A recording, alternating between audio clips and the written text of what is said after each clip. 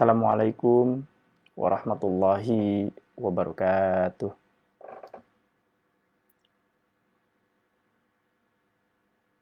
Ala hadhihi wa ala kulli niyatin shalihah. Al-Fatihah. A'udzu billahi minasyaitonir rajim. Bismillahirrahmanirrahim. Ar-Rahmanir Rahim. Maliki yaumiddin. Shiratal ladzina an'amta 'alaihim ghairil maghdubi 'alaihim Rasulillah sallallahu alaihi wasallam. Wa alaihi wattabi'in wattabi'ut tabi'in wa tabi'in. ثم خصوصا إلى أربعة أئمة المجتهدين ومقلدين ومشايخهم وتلامذتهم ونخص خصوصا إلى الشيخ عبد القادر الجيلاني ونخص خصوصا إلى الشيخ عبد القاسم الجنيد البغدادي ونخص خصوصا إلى مؤلف هذا الكتاب حضرة الشيخ وذريته وفروعه ونخص خصوصا إلى الحاج مسرور عبد المقنع ونخص علي أشعري ونخص خصوصا إلى الحاج مخلص شاء الله لهم الفاتحة. أعوذ بالله من الشيطان الرجيم. بسم الله الرحمن الرحيم. الحمد لله رب العالمين الرحمن الرحيم مالك يوم الدين إياك نعبد وإياك نستعين صراط المستقيم صراط الذين أنعمت عليهم غير المغضوب عليهم ولا الضالين آمين. Ala mana wa Bapak Haji Al-Fatihah. A'udzu billahi minasyaitonir rajim. Bismillahirrahmanirrahim. Alhamdulillahi rabbil alamin arrahmanir rahim maliki yaumiddin. Iyyaka na'budu wa iyyaka nasta'in ihdinas siratal mustaqim siratal ladzina an'amta alaihim ghairil maghdubi 'alaihim waladdallin amin. Bapak-bapak, ibu-ibu, teman-teman sekalian, kemarin kita agak terkendala karena satu dan lain hal. Kita kali ini akan meneruskan pembacaan kitab Risalatu Ahli Sunnah wal Jamaah ke pembahasan tentang kelompok-kelompok yang para pelaku bid'ah. Jadi pada kisaran tahun 1910 atau 20-an gitu ya, Mbah Hashim itu mencermati perilaku keberagaman yang ada di tanah Jawa. Nah, hasil dari observasi beliau itu tentu saja bahwa sebagian besar gitu ya, makanya kan disebut qad kana di ininya itu qad kana muslimu aqtaril jawiyah itu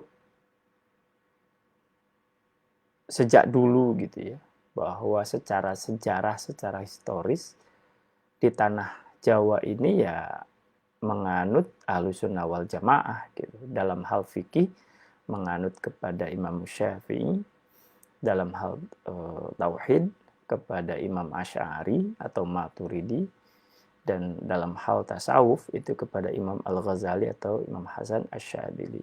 Nah, di antara kelompok-kelompok yang ditemui oleh Mbah Hashim pada eranya itu ada juga tuh gitu, sekelompok orang, sekelompok muslim yang mereka senyatanya adalah pelaku bid'ah gitu. Mereka melakukan bid'ah yang shorih kalau menurut kategori Mbah Hashim gitu ya, disebut sebagai al-bid'atu asy-syarihatu gitu. Sebagai bid'ah yang jelas gitu. Kenapa bid'ah yang jelas? Ya karena melakukan sesuatu atau amalia yang tidak ada pada era Nabi, tidak masuk dalam kategori bid'ah hasanah gitu ya. Dan jelas-jelas melanggar peraturan atau syariat yang telah digariskan oleh Allah maupun oleh Nabi Muhammad SAW. Nah, kita akan melihat contohnya sebagian yang diamati oleh Hadratus Syekh Hasyim Asy'ari pada eranya itu. Qala al-muallif rahimahullahu ta'ala wa nafa'ana bi ulumihi fid dharain amin. Wa minhum ay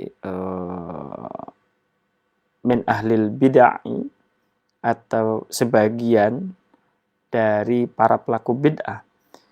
Rafidiyuna itu adalah kalangan Rafidah. Rafidah ini salah satu kelompok di dalam Syiah yang memang sangat agresif melakukan cacian terhadap para sahabat gitu ya, dan melanggar prinsip-prinsip yang telah nyata-nyata dibuat oleh Nabi Muhammad SAW, yaitu sunnahnya gitu, ataupun malah melanggar firman-firman Allah.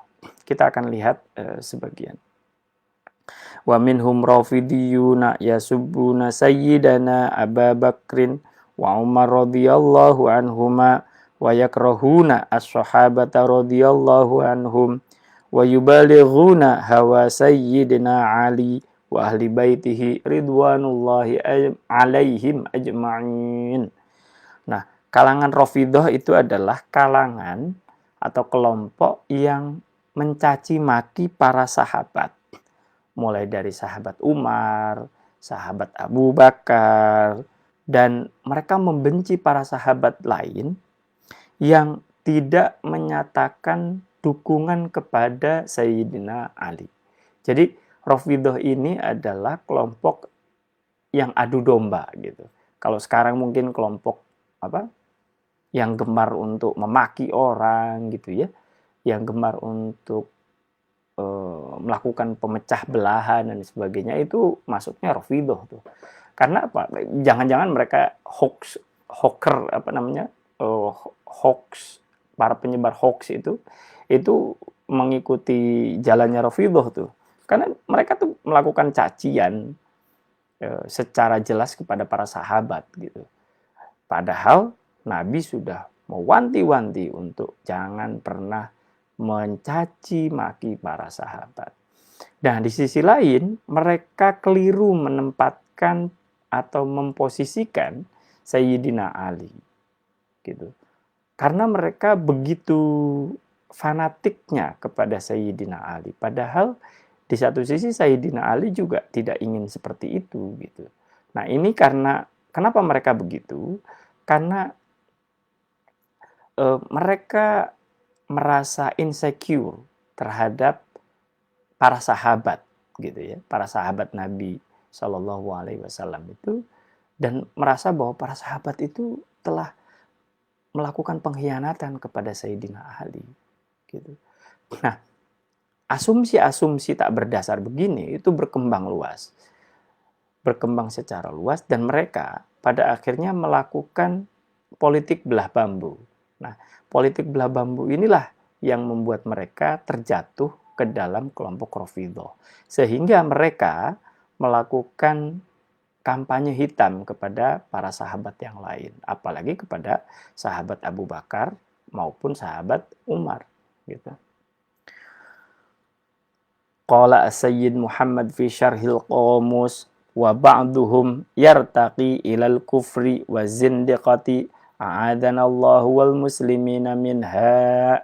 Nah, bahkan Sayyid Muhammad di dalam syarah Al-Qamus itu menilai sebagian Rafidah itu karena kebenciannya yang memuncak, karena adu dombanya yang begitu kuat, karena dorongan mereka untuk melakukan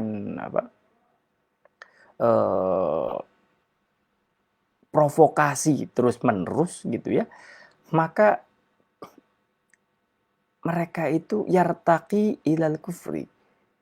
Mereka itu cenderung bukan lagi pada level bid'ah, tetapi sudah naik kepada level kufur dan zindik. Masya Allah. Na'udzubillah. Semoga kita dijauhkan dari sikap-sikap demikian. Qala al-Qadhi Iyad fi asy-Syifa. Nah, Qadhi al-Iyad ini adalah salah seorang ulama saleh, dan beliau ini menulis kitab sirah yang sangat bagus, perspektifnya tasawuf gitu ya, dalam namanya asy-Syifa. An Abdullah bin Bukhaffar radhiyallahu anhu qala qala Rasulullah sallallahu alaihi wasallam Allah fi ashabi la tattakhiduhum gharadan ba'di faman uhibbuhum fabihubbi uhibbuhum wa man abghaduhum fabighadabi abghaduhum wa man adahum faqad adani wa man adani faqad adallah wa man adallahu yushiku ay ya'khudah. Jadi jangan pernah gitu. Jadi Syekh Qadhi Iyad itu mengutip sahabat Nabi, jangan pernah membenci para sahabat setelah sepeninggalku, gitu kata Nabi. Kalau aku mencintai mereka, maka aku mencintai mereka gitu. Jadi jangan pernah melukai perasaan para sahabat. Kenapa? Man adahum faqad adani. Kalau melukai para sahabat berarti telah melukai perasaan Nabi Muhammad SAW.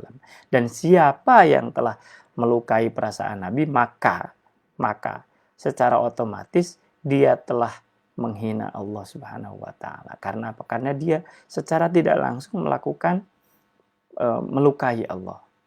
Nah, apakah ini pertanyaannya agak retoris. Apakah Allah itu terluka gitu dengan kita? Tidak.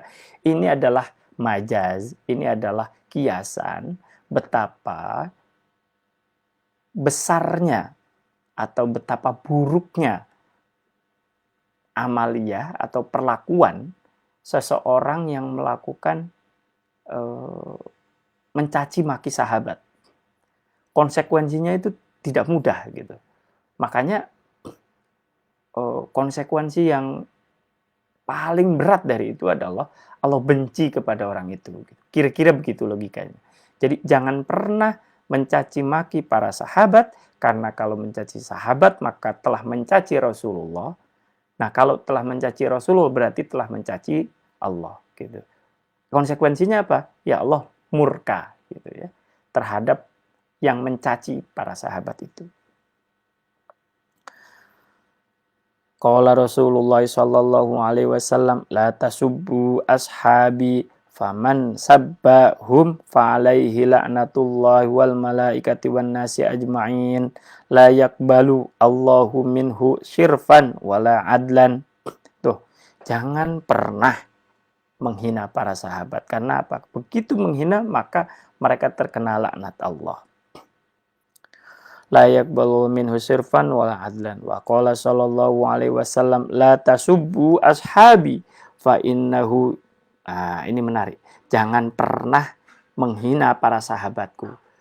Jadi hadis ini ingin menggambarkan betapa Nabi memiliki daya jangkau yang sangat, daya pikir yang sangat visioner, karena beliau berpikir kelak nanti sepeninggal Nabi akan ada gejolak yang menimbulkan konflik, dan itu membuat orang-orang yang berpihak kepada satu sahabat akan menghina sahabat yang lain, akan memaki sahabat yang lain, dan begitu seterusnya gitu. Makanya dalam konteks ini Nabi mewanti-wanti untuk tidak boleh menghina sahabat. La tasubbu ashabi fa innahu yaji'u qaumun fi akhir zaman yasubbuna ashabi fala tasillu alaihim wala tasillu ma'hum wala tunakihuhum wala tujalisuhum wa in maradu fala ta'uduhum fa in wa anhu sallallahu alaihi wasallam man sabba ashabi fadribuh wa qad a'lama an-nabiyyu sallallahu alaihi wasallam anna sabbahum wa adahum yu'dhi wa adan nabiyyi sallallahu alaihi wasallam haramun. Nah, dalam hadis ini disebutkan bahwa akan ada pada suatu masa sekelompok orang yang yasubuna ashabi, yang memaki para sahabat Nabi gitu ya. Nah, kalau mereka begitu melakukan cacian, melakukan hinaan kepada Nabi Muhammad SAW, jangan pernah menghubungi mereka, jangan pernah mau berteman dengan mereka. Bahkan Nabi mewanti-wanti dengan sangat keras, pukul mereka gitu. Tentu konteks ini bukan dengan konteks kekerasan ya. Kita harus memahami hadis ini dengan baik, dengan komprehensif. Karena apa? Ini adalah konsekuensi yang paling jauh dari hadis Nabi. Yang awal sekali untuk disebutkan oleh Nabi itu adalah la tasillu gitu kan. Jadi jangan pernah fala tasillu alaihim wala tasillu ma'ahum. Jangan pernah punya hubungan pertemanan dengan mereka, atau jangan temenin deh, kira-kira gitu. Ini adalah pasifis. Ini tindakan yang pasifis. Jadi jangan mengira ini adalah provokasi untuk membuat keonaran. Tidak. Ini harus dipahami bahwa pada level yang paling mudah untuk kita lakukan, kalau ada orang yang melakukan cacian kepada Nabi Muhammad SAW dan sebagainya, maka yang bisa kita lakukan ya udah diemin aja gitu. Ibaratnya itu kata orang tua dulu, biarin aja ntar juga mati sendiri gitu ya. Ya karena apa? Pada dasarnya memang betul kan. Nah ya sudah gitu. Nggak usah dideketin, nggak usah dikomentarin, nggak usah apa. Karena apa? Ya karena komentar-komentar yang keluar dari kita itu akan percuma gitu ya. Di sisi lain mereka akan semakin keras dan bisa jadi dengan komentar kita orang lain akan tahu dan cacian itu akan semakin menyebar. Tapi kalau didiemin, orang nggak bakalan tahu. Gitu. Maka mendiamkan itu adalah hal yang paling tepat. Gitu. Jadi kalau ada orang yang melakukan pencacian kepada Nabi di Twitter, blok aja. Di blok, di report, selesai. Udah, nggak usah dipikirin.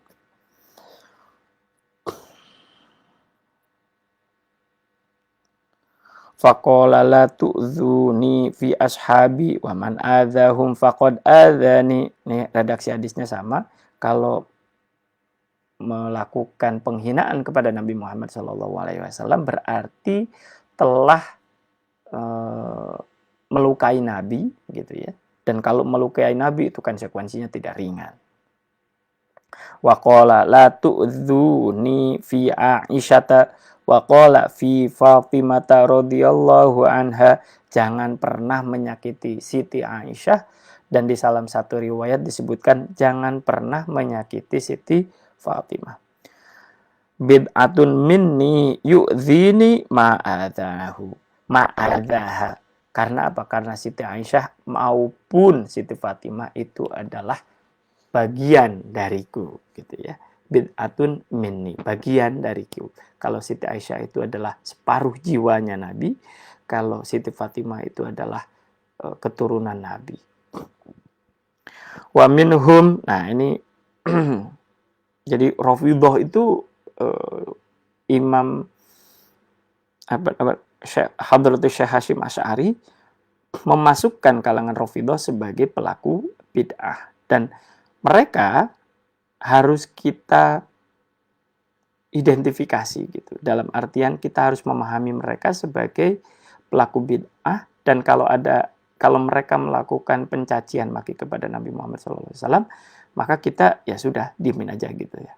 Kita a'adzanallah, na'udzubillahi min dzalik, udah nggak usah ditangkepin dan sebagainya. Tapi kalau ternyata dia berulah dan sebagainya, ya tentu ada banyak hal yang bisa kita lakukan gitu sebagai civil society, sebagai masyarakat sipil. Tidak harus melakukan dengan kekerasan dan tidak boleh melakukan dengan kekerasan. Wa minhum, nah ada lagi jadi min ahlil bid'ah gitu ya, ibahiyuna. Nah ada lagi kelompok yang dinamain sebagai ibahiyun, orang yang membolehkan segala hal. Yaquluna, mereka berpendapat bahwa innal abda idza balagha ghayatal mahabbati wa syafa qalbuhu minal ghaflati wa ikhtara al imana alal kufri wal kufran sukito, atau bisa sakoto gitu ya, mabni maklum, bisa juga sukito. Bisa juga mabni majhul. Sukito atau sakoto anhu al-amru wan nahyu. Kalau sukito berarti al-amru wan nahyu menjadi naibul fa'il. Kalau sakoto, al-amru menjadi fa'ilnya. Tapi posisinya sakoto itu adalah khobar. Ya. Jadi ini adalah ini saya tulis dulu. Wala yudkhiluhu anna wala yudkhiluhu Allahu annaro birtikabil birtikabil kabairi. Nah, kelompok ini, ini berbahaya nih. Biasanya kelompok yang sebagian tasawuf yang tidak belajar fikih. Nah, ini bahasa. Ini bahaya ini. Mereka merasa bahwa sudah pada level atau makom yang tinggi gitu, sehingga mereka dibolehkan untuk melakukan maksiat yang bagi orang awam tidak boleh. Nah, ini kan mereka terjebak dalam ilusi. Mereka terkena halusinasi. Ibahyun namanya. Jadi Ibahyun ini berpendapat kalau seorang hamba Allah itu sudah mencapai level mahabbah yang paling tinggi gitu ya, dan hatinya telah bersih, telah jernih gitu ya, dan benar-benar beriman kepada Allah gitu, maka dia tidak wajib untuk melakukan amar ma'ruf nahi mungkar, dan juga dia tidak akan masuk ke neraka meskipun dia melakukan dosa-dosa besar. Ini sesat, ya. Ini sesat. Karena apa? Karena mereka biasanya kelompok tasawuf nih. Mereka belum kuat fondasi fikihnya. Mereka belum memiliki ilmu syariat yang mantap gitu ya. Terus memasuki alam pikiran tasawuf yang cenderung mengolah hati, perilaku, dan sebagainya. Lalu mereka terjebak ke dalam alam fikir itu dan menciptakan ilusi. Nah, ilusi ini itu membuat mereka berpikir bahwa ketika sudah pada level atas, maka mereka boleh melakukan hal-hal yang dilarang. Padahal tidak boleh gitu. Karena apa? Yang namanya dilarang ya tetap dilarang. Karena apa? Karena bahkan Nabi Muhammad SAW itu tetap sholat gitu ya. Nabi Muhammad SAW tetap melaksanakan perintah-perintah Allah Subhanahu wa Ta'ala. Bahkan saking beliau sholat itu begitu khusyuk dan sebagainya, dan begitu takzimnya beliau kepada Allah Subhanahu wa Ta'ala, kaki beliau itu pecah-pecah gitu. Beliau rela untuk wudhu di suasana yang begitu dingin. Beliau rela untuk berpanas-panasan, untuk membela Islam dan sebagainya. Nah, kalau Nabi Muhammad saja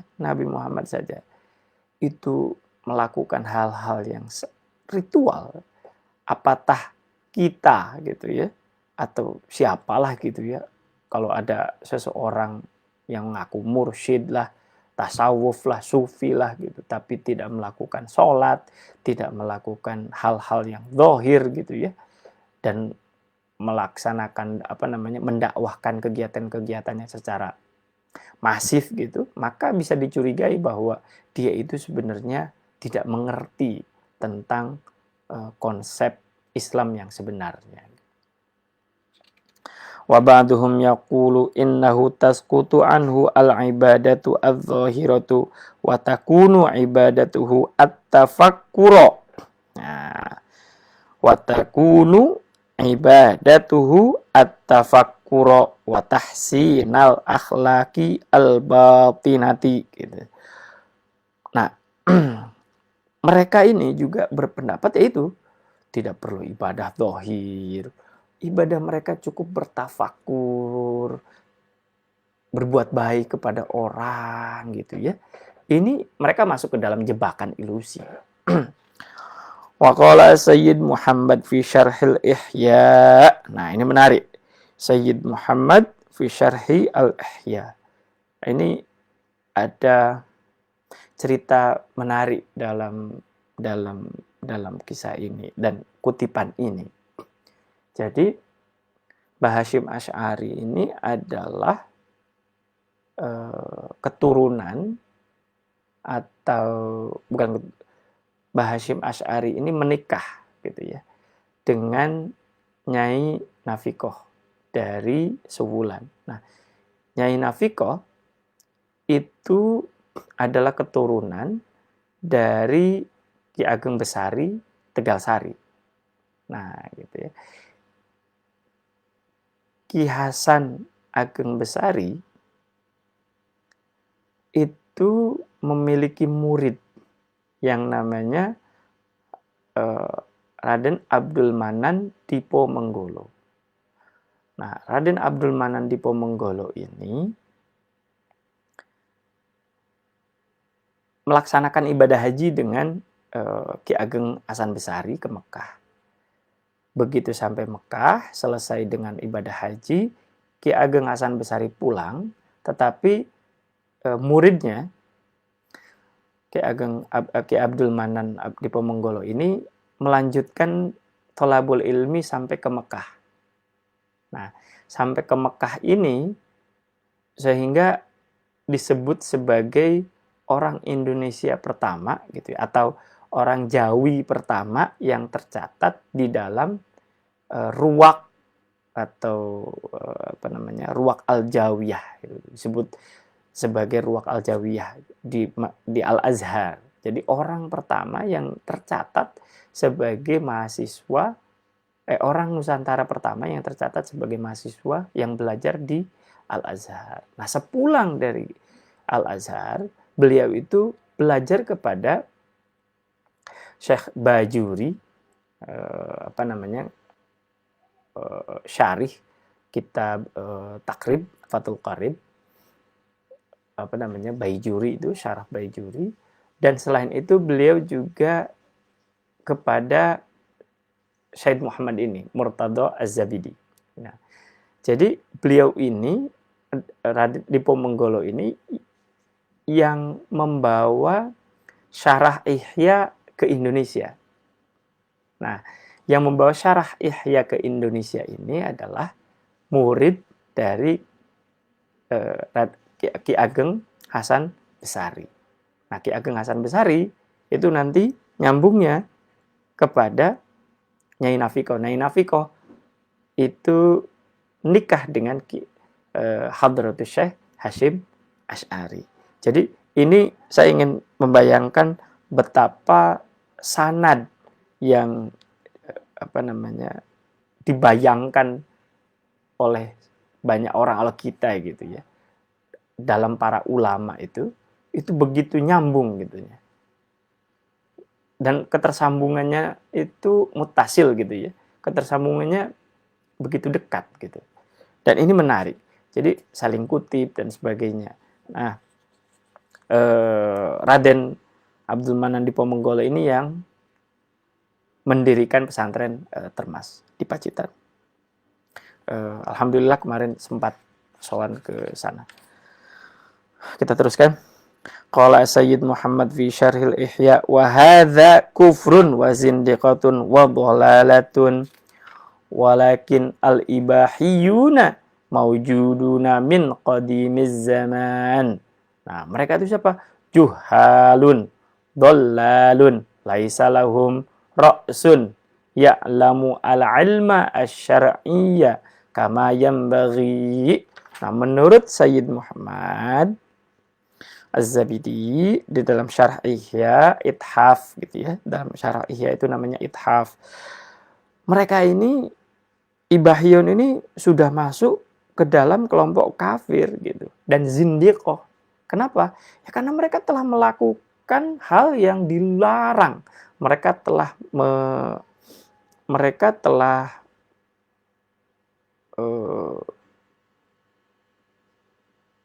apa ya, mereka telah melanggar apa yang telah menjadi ketentuan syariat. Mereka tidak sholat gitu ya, dan menganggap bahwa sholat itu tidak penting. Ini bahaya sekali gitu. Jadi kalau ingin masuk dalam tasawuf, maka fondasi fikihnya harus kuat dulu. Gitu. Kalau tidak, maka akan mudah sekali untuk terkena ilusi seperti ini. Nah, menurut Syekh Az-Zabidi itu, kelompok Ibahiyyin ini sudah ada lama sekali, min qadimiz zaman gitu. Udah lama sekali. Tapi mereka itu adalah kelompok orang-orang yang bodoh, sesat. Mereka itu pemimpinnya itu nggak punya pemahaman agama yang semestinya. Wa minhum man qala bitanasukhil arwahi wa intiqaliha abadal abad fil asyakh takhruju min badanil akhar min jinsihi aw gharihi wa za'ama haula'i anna ta'dzibaha wa tan'imaha fiha bihasbi zakaiha wa khabathiha. Qala asy-Syihab al-Khafaji fi syarhihi 'ala syifa wa qad kafarahum ahlu syar'i lima fihi min takdzibillahi wa rasulihi wa kutubihi. Nah, ada juga orang yang berpendapat bahwa seseorang itu mengalami reinkarnasi gitu ya. Bitanasukhil arwah wantiqaliha. Jadi kalau mati gitu ya, kita meninggal, maka arwah itu reinkarnasi kepada yang lain dan sebagainya. Nah, tidak ada pendapat yang seperti ini di dalam Islam gitu. Karena apa? Ini sudah jelas-jelas nih. Jadi Hadratus Syekh menjabarkan kelompok para pelaku bid'ah di sini dengan konkret, dengan jelas. Dan salah satunya adalah kelompok yang mengimani adanya reinkarnasi. Nah, reinkarnasi ini mardud, ditolak. Kita tidak menerima argumen soal ini. Karena apa? Karena pada dasarnya soal arwah ini ya tidak ada yang tahu kecuali Allah. La ya'lamuha illallah. Gak ada tuh yang tahu gitu ya. Jadi apakah terjadi reinkarnasi dan sebagainya? Wallahu a'lam. Itu adalah jawaban yang paling tepat. Jadi kalau kita lihat misalnya di perjalanan dari barat gitu ya, Sun Gokong.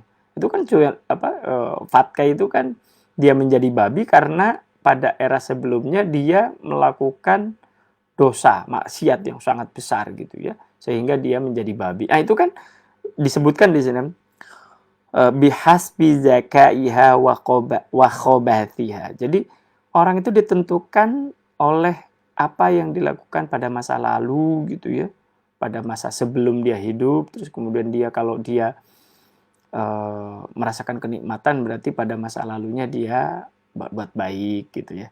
Tapi kalau dia sekarang kesulitan karena pada masa lalunya dia memang sering menyulitkan orang gitu. Nah, ini pendapat pendapat Hadratus Syekh menyatakan bahwa enggak begitu gitu ya.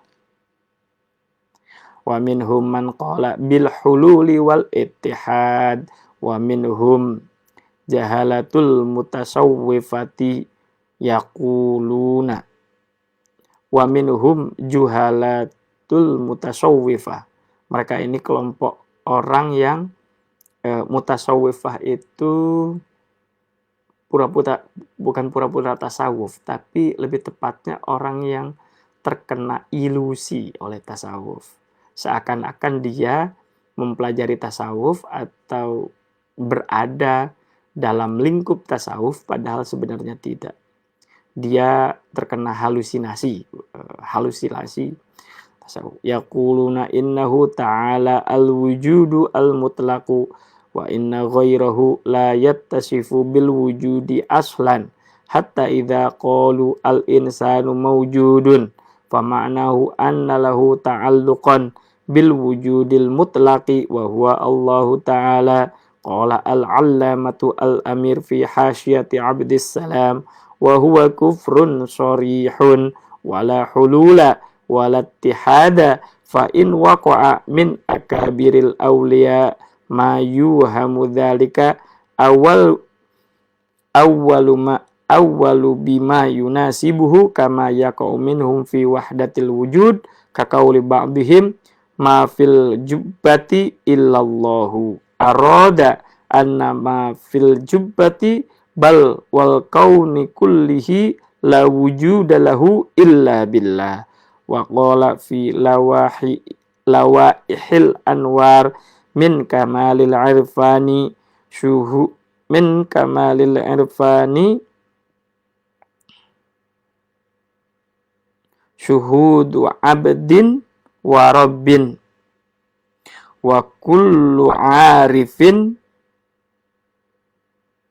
nafyu syuhudil abdi fi waqti ma falaysa huwa bi'arifin wa innama huwa fi dhalikal waqti sahibu halin wa sahibul hali sakron la tahqiqa indahu fa dhahara mimma dzukira annal burada bi wahdatil wujudi wal ittihadi fi madhhabil qaumi laisa ala dhahiri al mutawahham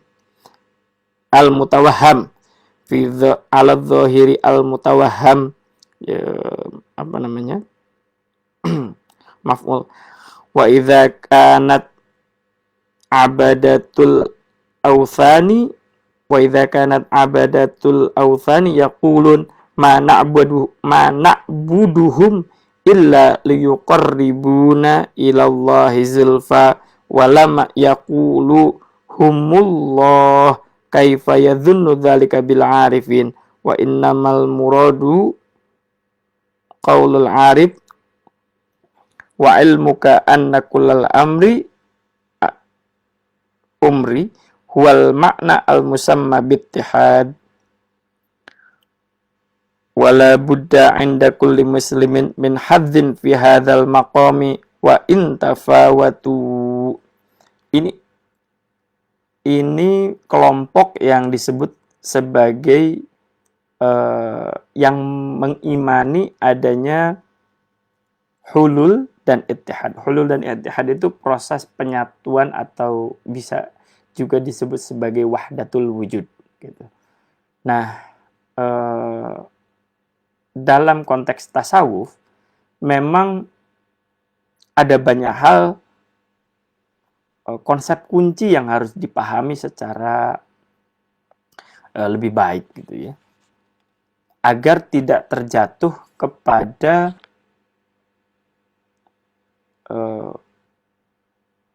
mudah untuk menghakimi segala sesuatunya. Nah, Hadratus Syekh di dalam kitab ini beliau memahami secara dalam konsep-konsep kunci di dalam tasawuf gitu ya.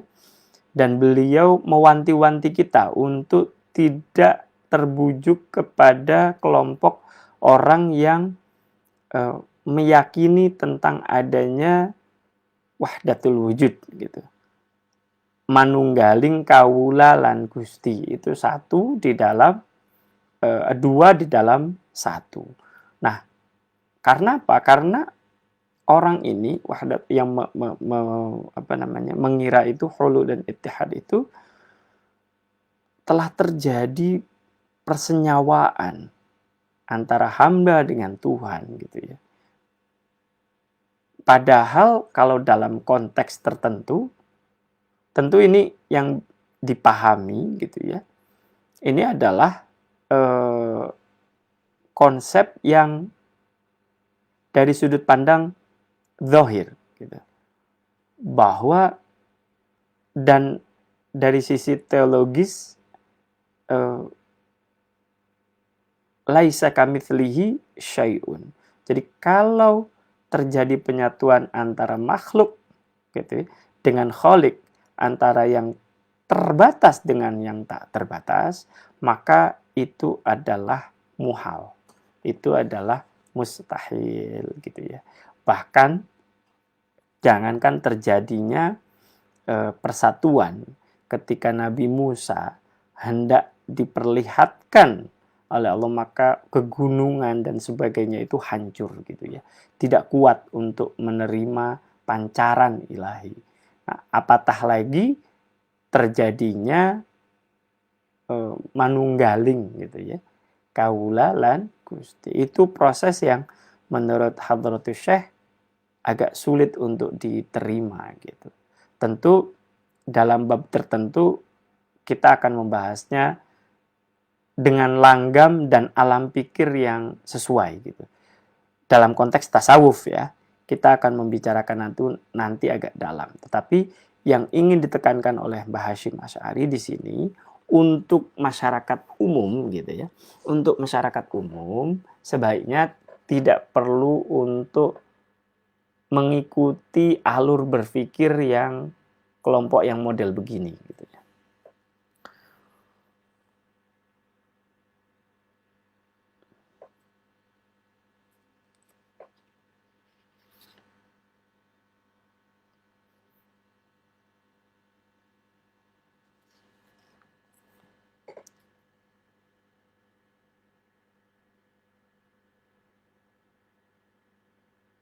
Saya kira itu dulu teman-teman.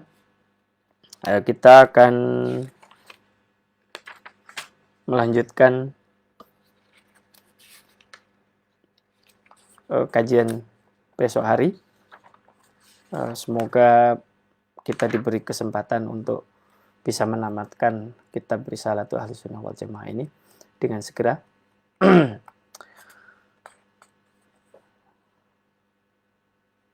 Demikian teman-teman. Hadanallahu wa iyyakum wa lafa minkum. Assalamualaikum warahmatullahi wabarakatuh.